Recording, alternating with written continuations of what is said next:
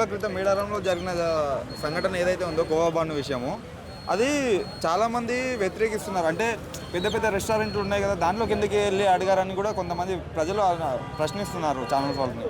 అసలు మీడియా వాళ్ళకి చేసింది కరెక్టే అంటారా? ఒకటి, ఇది ఎక్కడ జరిగినా కానీ ఖచ్చితంగా ప్రశ్నించాలి. కాకపోతే అక్కడ జరగడం వల్ల ఏమవుతుందంటే ఇది మత ప్రాతిపదిక నుంచి వస్తున్నారు. దీన్ని అక్కడ మత ప్రాతిపదికను చూడాల్సిన అవసరం లేదు. ఎందుకంటే అమ్మాయి వాళ్ళలో హిందువులు ఉన్నారు, ముస్లింలు ఉన్నారు, క్రిస్టియన్స్ ఉన్నారు, అందరూ ఉన్నారు. అందులో సగం మందికి అసలు తెలీదు కోవాకు పెట్టే ఆ బన్నుకు పెట్టే కోవాలో కల్తీ ఉందని చెప్పి. వాళ్ళు అనుకుంటుంది ఒకటే, 10 రూపాయలు నాకు వస్తుంది అంటే దీన్ని అమ్ముకుంటే నాకు 2 రూపాయలు మిగులుతున్నాయి, నా ఇల్లు నేను పోషించుకోగలుగుతున్నాను అని చెప్పి అనుకొని వాళ్ళు అక్కడికి వస్తున్నారు తప్ప కల్తీ చేయాలని కానీ వీళ్ళని మోసం చేయాలని చెప్పి కానీ ఆ ఆలోచన శక్తి లేని వాళ్ళే 50% కంటే ఎక్కువ మంది ఉన్నారు. వీళ్ళు ఈ ప్రశ్నలు లేవనెత్తడం వల్ల ఏమైందంటే అలా చేసుకోవాలి, అలా కూడా మనల్ని మనం పోషించుకోగలం అనే వాళ్ళను వెనుకడుగు వేసేలా చేస్తున్నారు.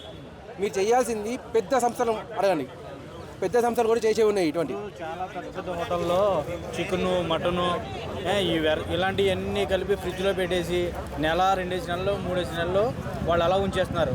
వాళ్ళ మీద ఇది అవ్వకుండా మధ్యతరగతిగా బ్రతికే వాళ్ళ మీద ఎందుకు ఇది అవ్వడం? ఫస్ట్ ఆఫ్ ఆల్ దీనికి కావాల్సింది ప్రభుత్వ రంగాన్ని పరిశ్రమ చేయడం అండి. ప్రభుత్వంలో ఎవరైతే అధికారులు ఉన్నారో వాళ్ళలో సంఖ్యాబలం అనేది చాలా తక్కువ ఉంది. రెస్టారెంట్లు అనేవి చాలా పెరిగిపోయాయి. దీనికి కొంతమంది ఇప్పుడు కూడా నీతిగా రైడ్లు చేస్తున్నారు, పట్టుకుంటూనే ఉన్నారు. కొన్ని చోట్ల కుక్క మాంసం కూడా దొరుకుతుంది. కుక్క మాంసం అంటే ఎంత నీచమైన చర్య అది. అది ఎవడైనా తినొచ్చు, హిందూ తినొచ్చు, ముస్లిం తినొచ్చు, క్రిస్టియన్ తినొచ్చు, ఎవడైనా తినొచ్చు. అక్కడ పర్టికులర్గా ఆ హోటల్కి హిందువే వస్తాడని చెప్పి ఎక్కడ రాసలేదు, హిందువులే రావాలని చెప్పి ఏ యజమాని కూడా రాయలేదు. అంటే జరిగేది అనేది అందరి మీద జరుగుతుంది. కాకపోతే దీన్ని మతాన్ని పూస్తున్నారు. అది పూయడం కాకుండా అధికారులకు అధికారాలు ఇవ్వండి, వాళ్ళ సంఖ్యాబలాన్ని పెంచండి. ఒక అధికారికి 10 మంది కానిస్టేబుల్ అని ఇవ్వండి. వాళ్ళ హోటల్కి పోవాలంటే భయపడుతున్నారు.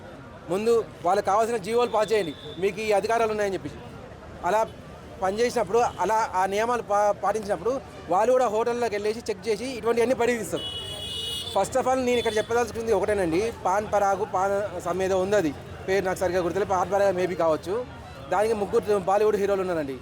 వాళ్ళు 3 బాలీవుడ్ హీరోలు సినిమాల్లో బాగానే సంపాదించుకుంటారు. మళ్ళీ దీనికి రావాల్సిన అవసరం ఏముంది? దీనివల్ల దీంట్లో కల్తీ కాదండి, అది తింటే ప్రతి ఒక్కరు నాశనం అవుతాడు. అది నోట్లో పెట్టుకొని పడుకుంటే పొద్దున్న లేచేసరికల్లా బొక్క పడుతుంది ఇక్కడ. అది దాని మీదే రాసి ఉంది, ఇది తిని పడుకోకండి ఎట్టి బస్సులు అని చెప్పేసి. అంటే అంతటి విషయం అయినా కూడా హీరోలు వచ్చేసి అడ్వర్టైజ్మెంట్ చేస్తున్నారు. మరి ఆ హీరోలను కటకటాల పాలన ఎందుకు చేయట్లేదు? వాళ్ళని ఎందుకు ప్రశ్నించట్లేదు? వాళ్ళకి సంపాదన లేదనా? సంపాదన లేని బడుగు వర్గ వాళ్ళను ఆ వ్యాన్లో పెట్టుకొని బండి మీద పెట్టుకొని వాళ్ళు అమ్ముకుంటుంటే వాళ్ళని ఎందుకు కొట్టడం, తిట్టడం, వాళ్ళని ఎందుకు బెదిరించడం? వాళ్ళ ఇంటికి మీరేమైనా డబ్బులు ఇస్తున్నారు డైరెక్ట్గా? ఇవ్వగలుగుతారా మీరేమన్నా?